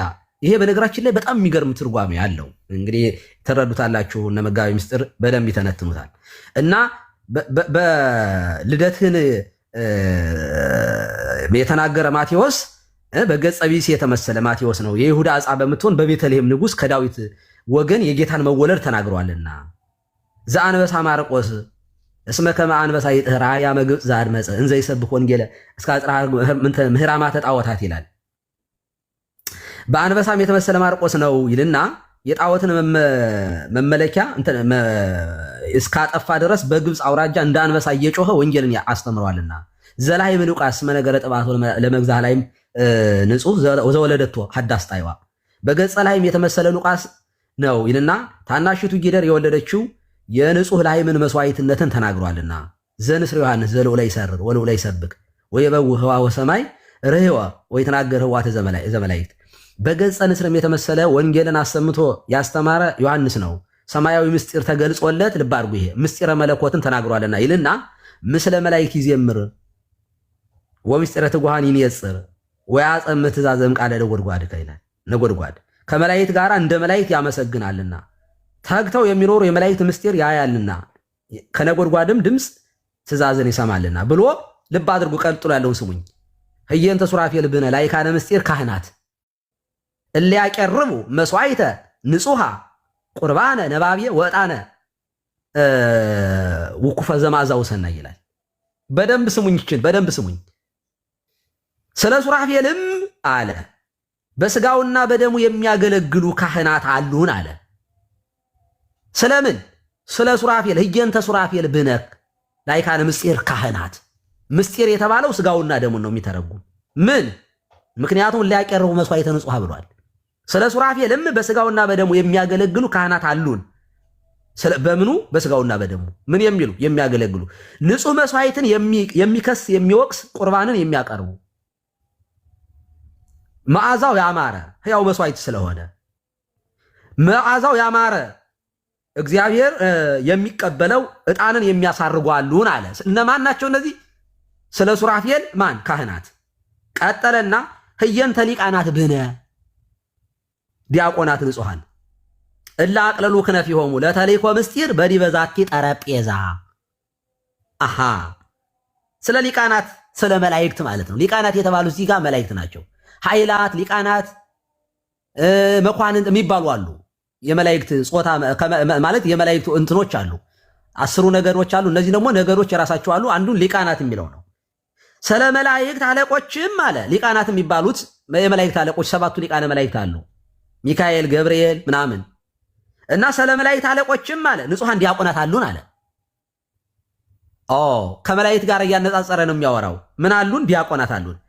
ምን የሚያደርጉ ናቸው? በዚች መንበር ላይ ስጋውን ደሙን ለማቅረብ ይፋጠናሉና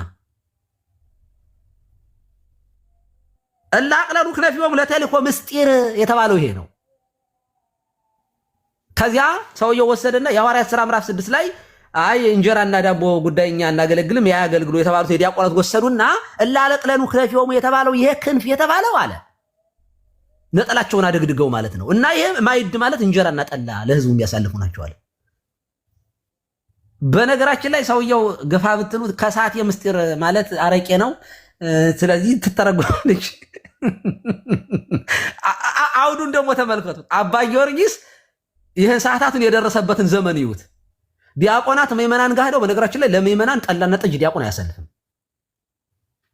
በሊቃውንቱ መካከል እንደው ዘኬ ቤት እንኳን ቢኖር እንኳን ምስጢር አይባልም። እሱም ቢሆን ይሄ የምንበላው እንጀራና ይሄ ስጋዊ ምስጢር አይባልም። ምስጢር የሚባለው ስጋውና ደሙ ነው።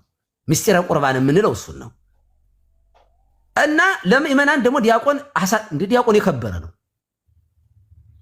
እንዴ። እና ጠላና ጠጅ ለምእመናን የሚያሳልፍ ዲያቆን የለም በሀገራችን በእውነቱ።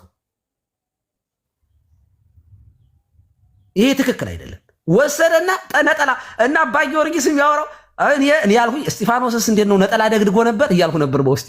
እነ ፊልጶስ አስባችሁታል? ነጠላ ደግድገው እና የሄዱበት ርቀት የእግዚአብሔርን ቃል ለማንሻፈፍ የሄዱበት ርቀት ግን ዲቤት አይደለም። ከዚህ በላይ በእውነት ስልጣኑ ቢኖረን ኑሮ ለተወሰነ ጊዜ እስከ መድረኩ ብናረቃቸውና ብናግዳቸው እውነት እንደው በእውነት ባስተማሩት ትምህርት እውነት እንደው እንደ ፍትሐ ነገሥቱ ይህን አያዘንም ነበር አይደል? ዲቤት መጥራት አይደለም እኮ በል ለተወሰነ ጊዜ በዚህ ክፋትህ አረፍ በለ ተቀመጥ። በጣም ነው የማዝነው። አሁን እንግዲህ ቁልጭ ያለ ነገር ነው። ይህ ምስጢር አይደለ።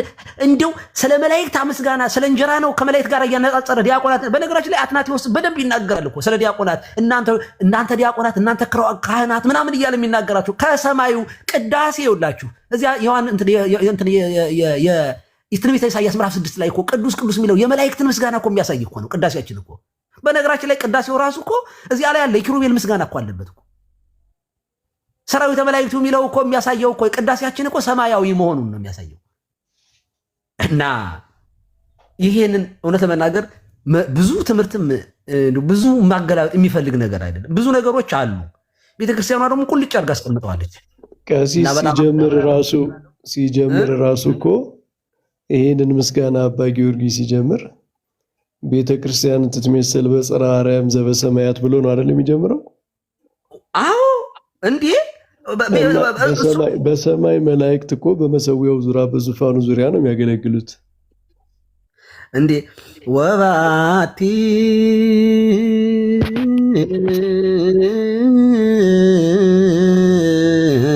ለዛቲ ቤተ ክርስቲያን ስርዓተ መላእክት አርአያ ዘበሰማያት ቤተ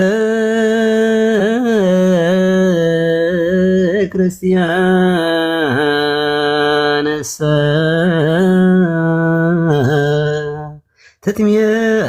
ትትመሰል በጽርሐ አርያም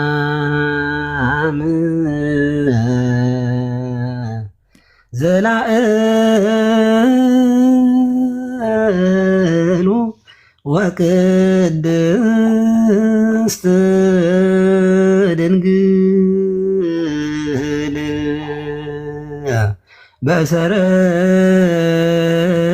በሰረገላ እሳት ዘይጸውርዎ ኪሩቤል ነው የሚለው።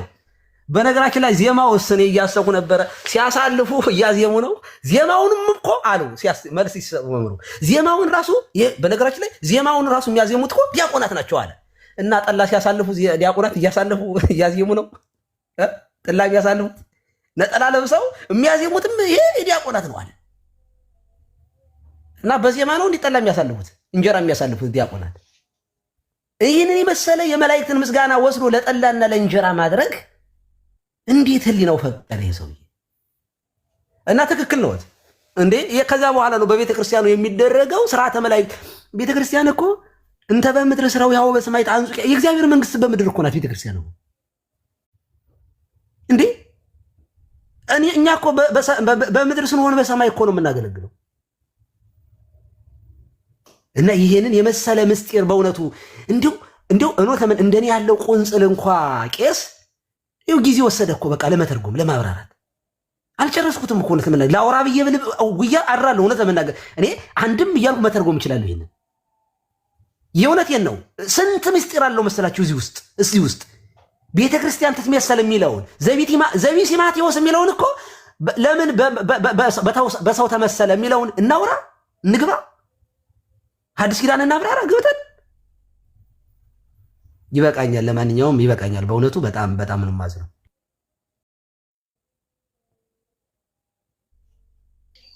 ቃላትን ያሰማልን ቀሲስ እግዚአብሔር ይስጥልን። ናቲ ካለ ምናልባት የሚመች ቦታ ከሆንክ አሁን ሀሳብ መስጠት የምትፈልገው ካለ ስጥ እና መምህር በረከት ይቀጥላሉ። ከዛ በፊት ግን ይቅርታ ቀሲስ በእምነትን ረሷቸው ወይሳቸው ቀጥሎ መምህር በረከት ይቀጥላሉ። ቀሲስ ቡራኬ ድረሰን ይፍቱን ይባርኩን። እንኳን ደህና መጡ። ኧረ ሰላም ብያለሁ። መጋቤ ስርዓት በጣም ይቅርታ። የመምህር የቢኒያም የንስሐ አባት ናቸው። በነገራችን ላይ ዳላስ ቴክሳስ እኛ ጋር ነው ያሉ። በጣም የተወደዱ ካህን ናቸው። እንኳን ደህና መጡ። አመሰግናለሁ ክቡር አባታችን መጋቤ ምስጢር እንዲሁ መላከ ገነት መምህር በረከት በጣም ወዶት ክርስቶፈር ሁላችሁም እግዚአብሔር ይስጥልኝ። ብዙ ጊዜ በዚህ በሐዲስ ኪዳን ታቦት ዙሪያ ሲነሳ እገባለሁ እንጂ ሌላ ጊዜ ድሮ ነው የገባሁት። ነቢኒያም ገና ወደዚህ ሳይመጡ በፊት ማለት ነው። አሁን የተነሳው ላይ ለማከል ነውና አንድ ደግሞ ስጋቴን ገልጬ እናንተ ሊቃውንት ባላችሁበት መናገር ስለሌለብኝ ነው። እዚሁ ቅዳሴ ላይ ንፍቁ ርሁቀ መዓት የሚለው ላይ ካህናቶቹ ታውቁታላችሁ። ወንጌል ከተነበበ በኋላ ንፍቁ ካህን በለሆሳስ ውስጥ ገብቶ የሚጸልየው ጸሎት አለ። በጣም ልዩ ጸሎት። ንፍቁ ራሱ ሲጀምር ሩቅ መዓት ወብዝሃ ምሕረት ብሎ መዓት የራቀ ምሕረትም የበዛ እውነተኛ ጻድቅ ሆይ የዘውትር ጸሎታችንንና ልመናችንን ተቀበል። ንስሐችንንና ትህትናችንን መገዛታችንንም ሰማያዊት በምትሆን በከበረች ታቦት ፊትና ሰማያዊ በሚሆን በተቀደሰው መሠዊያ ፊት ያለ ነውር ያለ ነቀፋ ተቀበል ነው የሚለው። ምን ያህል የሐዲስ ኪዳኗ ታቦት እዚህ በቅዳሴው ላይ እንዴት እንደምትነሳ እኒህ ካህናቶች ወይም ደግሞ አገልጋዮች ያውቁታል። ከዛሬ 15 ዓመት በፊት ዶክተር ቶሎሳና ወንድማችን መምህር ዘበነ በዚህ ጉዳይ ላይ ትልቅ ዲቤት ተደርጎ ዓለም ሁሉ ተቀጣጥሎ ነበር እና ያ ማረም ያልተሰጠው እውነት ለመናገር ቤተክርስቲያን የሊቃውንት ጉባኤ አላት። ማረሚያ ወጥታ ለጊዜው ፕሮቴስታንቱን ማሸነፍ ሳይሆን እዚህ ያሉትን ማጣትም እንዳይመጣ ስለምሰጋ ማለት ነው። ለምን ሌላ ጥያቄ ይመጣል። ታቦታችሁ ካህናቱ አክብሮ የሚወጡት ታቦት የኦሪቱ ስርዓት የሚያዘውን 4 ካህናት የሚሸከሙት መሆኑን ኪሩቤል የተጠቀሰው በሌላም በዘጸአት የተጠቀሰው በሙሉ አይገልጽም ስለሚሉ ሌላ ጥያቄ ውስጥ ይቀጣል እና በዛ ጊዜ ያው ተጨበጨበ፣ አሸነፈች ኦርቶዶክስ የሚል ነገር ነው የሆነ። ያው እሷ በትምህርቷ ታሸንፋለች ሁሉ ጊዜ። ግን ተጋኖ በዩቲዩቡ ቲክቶክ አልጀመረም፣ ብዙ ተዳርሶ ነበር። ሊቃውንቱ አጉረምርመው ጸጥ አሉ። እንዳሁኑ ወደፊት ወጥቶ በድፍረት የሚናገር አባት ወይም ደግሞ ሊቃውንት ጉባኤ ራሱን የጠበቀ መግለጫ አላወጣም። ጸጥ ብሎ ነው የታለፈው። ከዚህ ከቤተክርስቲያናችን አጽራረ ቤተክርስቲያን ከሚባሉት ወይም ደግሞ በፕሮቴስታንቱ ዓለም ካሉት ውስጥ የመጀመሪያ ጥያቄያቸው ሁላችሁም እንደምታውቁት ጥያቄ ብሎ የሚያነሱት ነገረ ድህነት ላይ ነው። ኦርቶዶክስ ድናለች ወይ? የክርስቶስ በመስቀል ላይ የሰራው ስራ በቂ ነው ወይ አይደለም ወይ የሚል ነው። ከዚህ ጥያቄ በኋላ ቀጥታ የሚሄዱት ወደ የት ነው የሚሄዱት? ወደ ታቦቱ ነው የሚሄዱት። ለምን ይሄን አልክ ብትሉ ብዙ ጥያቄዎች በዚህ በቅበተ እምነት ላይ ስለምንቀሳቀስ ማለት ነው። ድሮ ነው ለነገሩ፣ አሁን አይደለም። ምሳሌ የምሰጠው ቢንያምን ነው፣ ፍቅረ ኢየሱስን። ፍቅረ ኢየሱስ በነገረ ድህነት በቅዱሳን ምልጃ በብዙ ነገር ተወያይተን እየገባው ከመጣ በኋላ የመጀመሪያው ጥያቄ ይሄን ጥያቄ ነው ያነሳው። የኦሪት ታቦት ነው ያላችሁ፣ ስንገባ ፕሮቴስታንትነትን ስንከተል የመጀመሪያው የሚያስኪዱ የድንግል ማርያም ምልጃዋን ነው። ቀጥሎ ደግሞ የኦሪቱን ታቦት ተከትላ የተሻረውን ብለው ነው የሚሉት እነሱ።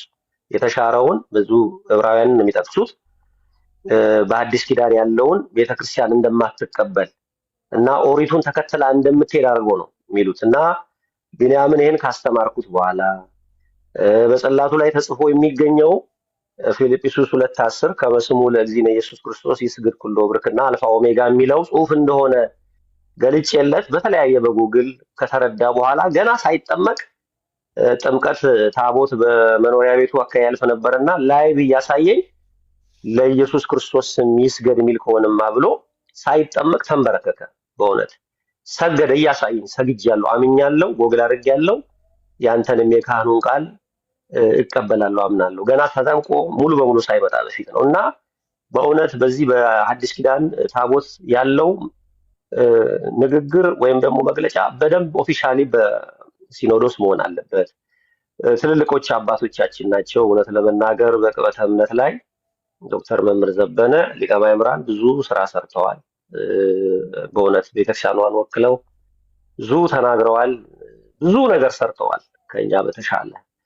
እና ግን ደግሞ በዚህ ጉዳይ ላይ የሀገረ ስብከቱ ሊቀ ጳጳስ ቁጭ አድርገው ይሄን ነገር ሊቃውንቶች ስላሉ እዛው ሀገረ ስብከታቸው አካባቢ ብዙ ሊቃውንቶች አሉ። በተለይ ዋሽንግተን ዲሲ፣ ቨርጂኒያ ብዙ ትልልቅ የቤተክርስቲያናችን ትልልቅ ኮሌጅ መምህራን የነበሩ በዙሪያውም ያሉ ብዙ ሊቃውንቶች በኢትዮጵያ ቤተክርስቲያን ውስጥ ስመጥር የሆኑ አባቶች ስላሉ ቁጭ አድርጎ ይሄን ሀሳብ ሌላውን ገና ወጣንያኑን ወደ ኋላ የሚመልስ ስለሆነ አሁን ያችን ቆራርጠው ጀመሩ። አሁን ሰሞኑን አይታችሁ ከሆነ ቲክቶክ ላይ ዩቲዩብ ላይ እየቆራረጡ በሉ እናንተ አሁን የምታመልኩት ወይም ደግሞ አምልኮ የምትፈጽሙበት የኦሪቱን ስርዓት ነው የሚል እየመጣ ነው እና ወጣንያኑን ይጎዳል።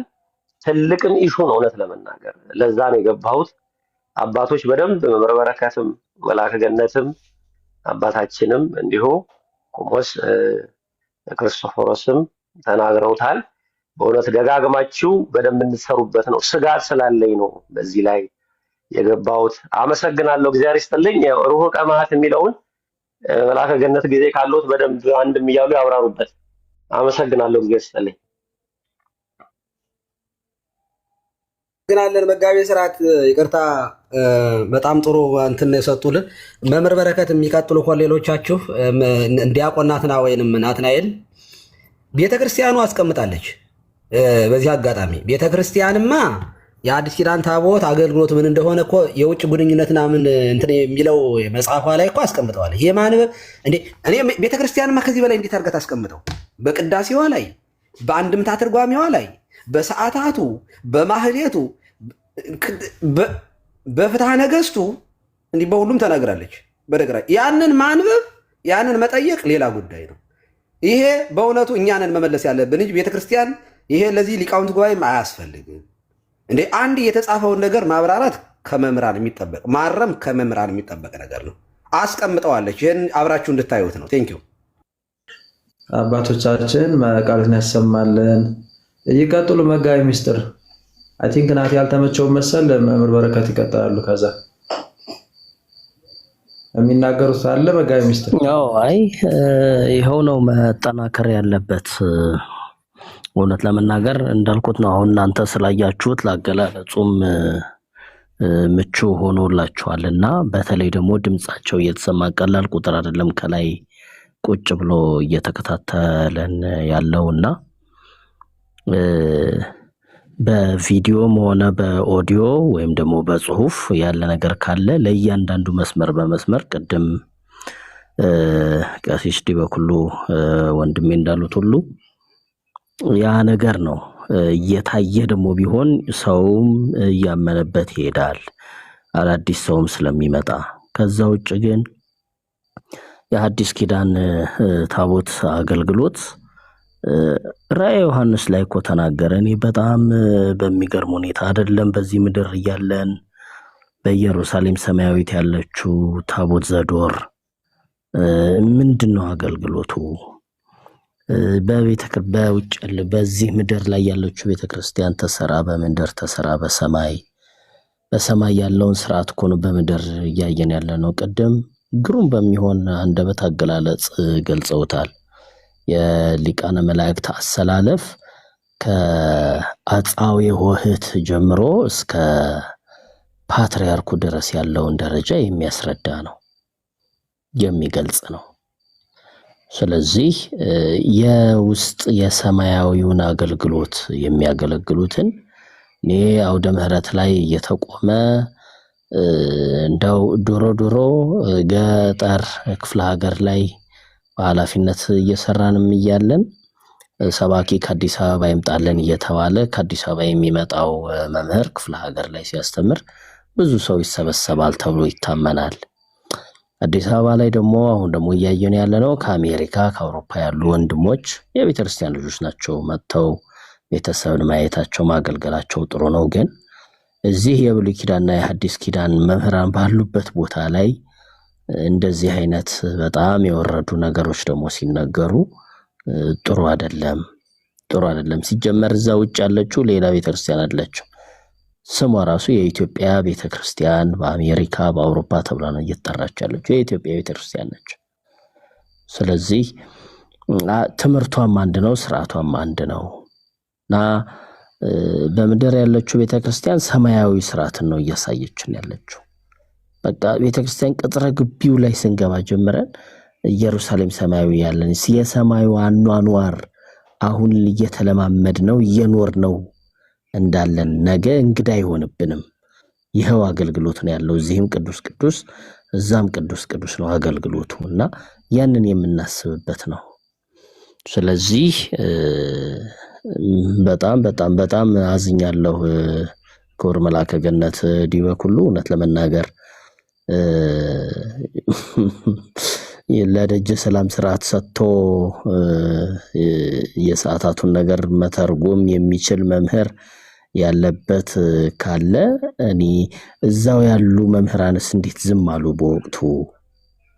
አሁን እንዲህ አይነት ነገር እኮ በጣም እንግዲህ ያውቋቸዋል እነ ብፁዕ አቡነ መርሐ ክርስቶስ ነብፁ አቡነ ናትናኤል መምህር ሲሳሳት መድረክ ላይ ማይክ የሚቀሙ ዶግማ ሲጣስ ቁጭ ብለህ ተማር የሚሉ አባቶች የነበሯት ቤተክርስቲያን ነች።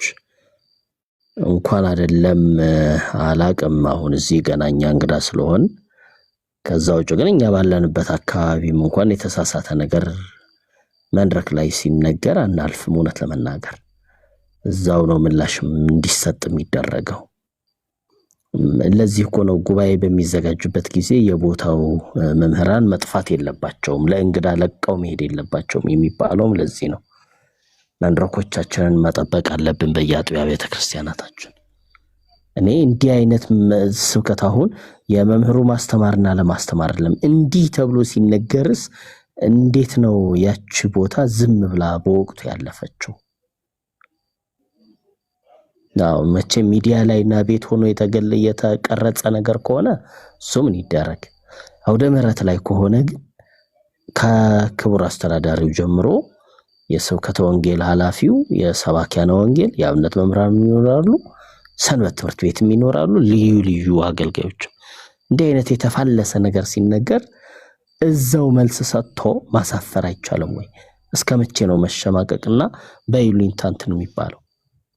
እንግዲህ ያያችሁ እዛው መድረክ ላይ ተሰጥቶ ቢሆን እኮ ተቆራርጦ ቅድም መልአከ ገነት እንዳሉት ሌሎች መልስ ሊሰጡበት ወይም ደግሞ ሊዘባበቱበት መንገድ አንከፍትም ነበር ማለት ነው።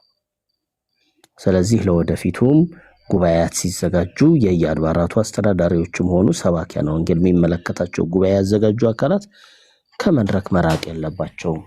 ይህንን ስራ ነው መስራት ያለባቸው የሚል ሐሳብ ነው ያለኝ እንደግል። ቃልህን ያሰማልን መጋቢ ምስጢር አባታችን፣ ቃልህን ያሰማልን፣ መንግስትን ያወርስልን። እኛ ጋር እንግዲህ እየመሸ ስለሆነ እናጠቃልና በጸሎት ዘጉልናላችሁ። መምህር በረከት የማጠቃለያ ሐሳቦትን ይስጡና ከዛ እነ ቀሲስ ካላቸው ማጠቃለያ እሱን ብለው በዛ በጸሎት ይዘጉልናል። እሺ ክርስቶፎሮስ እንደው ጠቅለል ስናረገው የታቦቱም ስርዓት የታቦተ መስዋዕትን የክህነቱንም የመስዋዕቱንም ስርዓት ከብሉይ ኪዳን ነው የምንጀምረው። አሁን እኛ ችግሩ ከብሉይ ኪዳን ጋር እንቆይ የሚለው ነው። ብሉይ ኪዳን መነሻ እንጂ መድረሻ አይደለም። ብሉይ ኪዳን ላይ ይጀመራል እንጂ ብሉይ ኪዳን ላይ አይጨረስም። ብሉይ ኪዳን ላይ የተጀመረው ነገር አዲስ ኪዳን ላይ ይፈጸማል፣ ይደርሳል፣ ይከናወናል ማለት ነው። ስለዚህ አሁን ያለው የብሉይ ኪዳንና የብሉይ ኪዳን ታቦት ልዩነት የለውም ብሎ መናገር ገና ብሉይ ኪዳን ጋር ነን እንደማለት ነው። መስዋዕቱ እኮ ተፈጽሟል። አሁን የእንስሳት በግ አይደለም፣ የእንስሳት ደም አይደለም የምናቀርበው፣ የክርስቶስ ስጋና ደም ነው። መስዋዕቱ ተቀይሯል፣ ፍጻሜውን አግኝቷል። ቅድም እንዳልነው መሰዊያውም የሁሉም መጠቅለያ ሆኗል። በብሉይ ኪዳን የነበሩ መሰዊያዎች ታቦቱን ጨምሮ በክርስቲያን ቤተክርስቲያን በቤተክርስቲያን በአዲስ ኪዳኗ ቤተክርስቲያን መሰዊያ አንዱ ሁሉን ነው የሚጠቀልለው። መስዋዕቱ ሁሉንም እንደተቀለለ ማለት ነው። ስለዚህ አሁን እነሱ እኛ የአዲስ ኪዳን ታቦት ከብሉይ ኪዳን ታቦት አንድ አይደለም ስንል መነሻውን እየካርን አይደለም። መነሻው ብሉይ ኪዳን መሆኑን እየካርን አይደለም። ምንድነው ተቃውሟችን? ብሉይ ኪዳን ላይ ግን ለመቆየት አትፈልጉ። እዚያው ብሉይ ኪዳን ላይ ተጀምሮ ብሉይ ኪዳን ላይ የሚያልቅ ነገር ቤተክርስቲያን ውስጥ ፈጽሞ የለም። አዲስ ኪዳን ላይ የደረሰ ነገር ነው ያለን። ሁሉም ስርዓት አምልኳችን አዲስ ኪዳን ላይ የደረሰ የተከናወነ የተፈጸመ በክርስቶስ ፍጻሜውን ያገኘ ነው ብለን ነው የምንከራከረው። ይሄ ደግሞ በሁሉም እውነተኛ ቤተክርስቲያኖች መስዋዕት ባላቸው የክርስቶስ ስጋና ደም በሚቀርብባቸው ሁሉ ያለ ነው። አንዱን ከፍ አንዱን ዝቅ አድርጋችሁ አትናገሩ። የክርስቶስን ቤተክርስቲያን አትሳደቡ።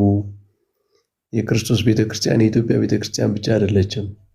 ሁሉም እውነተኛ አብያተ ክርስቲያናት እውነተኛ ክህነት ያላቸው፣ እውነተኛ መስዋዕት ያላቸው፣ እውነተኛ ጥምቀት ያላቸው፣ እውነተኛ ወንጌል ያላቸው ቤተክርስቲያናት የክርስቶስ ቤተክርስቲያን ናቸው። አንድ ቤተክርስቲያንን አንነጣጠልም። ስለዚህ አንዱን ብልት ከፍ አድርጎ አንዱን ዝቅ ማድረግ ጥሩ አይደለም የሚል ሐሳብ ነው እያቀረብን ያለ ነው። እንግዲህ ከዚህ በኋላ ደግሞ በደንብ ውይይቶች እየተደረጉ በደንብ ሰዎች እንዲረዱት ይደረጋል ማለት ነው እና ብሉይ ኪዳን መነሻ ነው፣ መድረሻ ግን አይደለም። ብሉይ ኪዳን መድረሻ አለው። የብሉይ ኪዳን መድረሻ አዲስ ኪዳን ነው። አሁን ሁሉም የአዲስ ኪዳን አገልግሎት ከብሉይ ኪዳን ከነበረው አልፎ ከፍ ያለ አገልግሎት አግኝቷል። በክርስቶስ መስዋዕት ማለት ነው፣ በመስቀሉ ቅድም ቀሲስ ሲሉት እንደነበሩት። ስለዚህ የመስቀሉ ነገር ነው መከናወያው መፈጸሚያው ማለት ነው።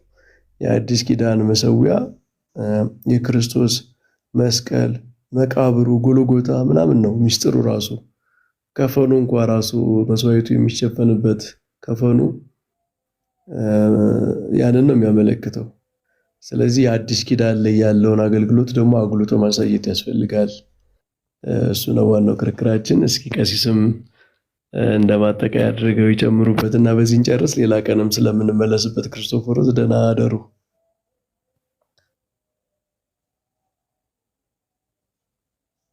አሜን አሜን። መምህር ቃሎትን ያሰማልን። አይ በደንብ አድርጎ ደጋግሞ እንዳሉት መሄዱ ነው የሚሻለው። በደንብ እስቲ እንደዛ የተሻለ ነው። በተለይ ቀሲስ የሚከፍቱ ከሆነ እዛ ላይ ሰብሰብ ብለን በደንብ እንሄድበታለን። ቀሲስ ማጠቃለያ ይስጡና በዛ በጸሎት ይዝጉልን። መሸችኛ ጋር ነገ ደግሞ ጰራቅሊጦስ ወድም ነው። እሺ አይ ቃልዎት ያሰማልን። ሳናስበው ብዙ ሰዓት ወሰድን። እኔ ገና ወደ ውስጥ ዲቴል እንትኑ መምህር በረከት ወይ ከርሶ ጋር እንግባ አንድ ቀንና እስኪ ከተከፋፍለን የሚመጡ ከሆነ በጣም ጥሩ ነው። ካልመጡ ግን እንከፋፈልና ከመጀመሪያ ጀምሮ ከስሙ ትርጉም ጀምሮ ማየት እፈልጋለሁኝ። እኔ ታቦት ለምንድን ነው ያልነው? ለምን ታቦት ተባለ? የኛ በተለይ ኢትዮጵያውያን አከባበሩ መስዋዕት የምንሰዋበት መሰዊያ ብቻ ነው። ይሄ ማክበር አለ። ይሄ ሁሉ ነገሮች ከምን ጋር የሚያዙ ናቸው? ስሙ ራሱ ምንድነው የሚያመለክተው? ፍጻሜውስ በምን አይነት መንገድ ሆነ? ለምን እንደዚህ ለምን እናከብራለን? በዚህ አይነት መንገድ ለምን ይሆናል የሚሉትን ማሳየት ያስፈልጋል። ዝም ብሎ አንድን ትምህርት ስተት ነው እገሌ ስተት ነው ያስተማረው ማለት ብቻውን በቂ አይደለም እና በደንብ ገብተን ሌሎችም ወንድሞቻችን ሊቃውንት መምህራኑም እያሉ ጥያቄም እየጠየቁ በደንብ አድርገን ክፍል 1 ክፍል 2 ክፍል 3 የሚለውን እኛ ምን ሄድበታለን ማለት ነው። እኔ የጊዜ ጉዳይ ነው እንጂ እንዳልሆት እንትን አድርጌያለሁኝ የተወሰነ ከመጀመሪያ ጀምሮ ታቦት ስንት አይነት ታቦት የሚባለው ነገር ምን ማለት ነው? እያንዳንዱ ነገሮችን በመጽሐፍ ቅዱስ ውስጥ ታቦት የሚሉ ስያሜዎቹን ሊስት አድርገን ብናስተምር ጥሩ ነው ነው የምለው። እግዚአብሔር ይስጥልን ስለነበረን ጊዜ አምላካችን እግዚአብሔር ስሙ የተመሰገነ ይሁን። ጥሩ ጊዜ አሳልፈናል። ክርስቶፎሮስ እግዚአብሔር ይስጥልን፣ ቃለ ሕይወት ያሰማልን። እንደዚህ የሚረዳ አይደለም ይሄ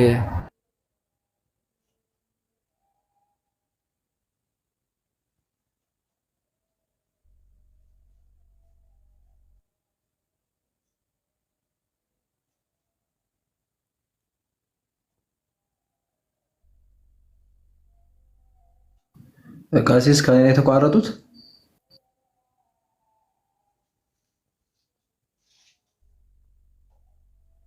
ይትቀደስ ስምከ ትምጻእ መንግሥትከ ወይኩን ፈቃድከ በከመ በሰማይ ከማሁ በምድር ሲሳየነ ዘለለነ ሀበነ እዚያ ውስጥ ተነስቷልና ተባላን ኩሉ ኮይስ ከዚያ ከየት መንግስት ያለ ሰዓት አለው። ሰላም ቅዱስ ገብርኤል ክርስቲ ያማረን ሰላም ለኪ ድንግል ለኪ ስካኪ ወዘመጽ ሰላም ለኪ ሙታንቲ ተነሲብሰት አሁን ሊተጸጋ እግዚአብሔር ለሚሳል ይወጸልይ ለምህረታ ፍቅሩ ለኪ ኢየሱስ እግዚአብሔር ይባርክ።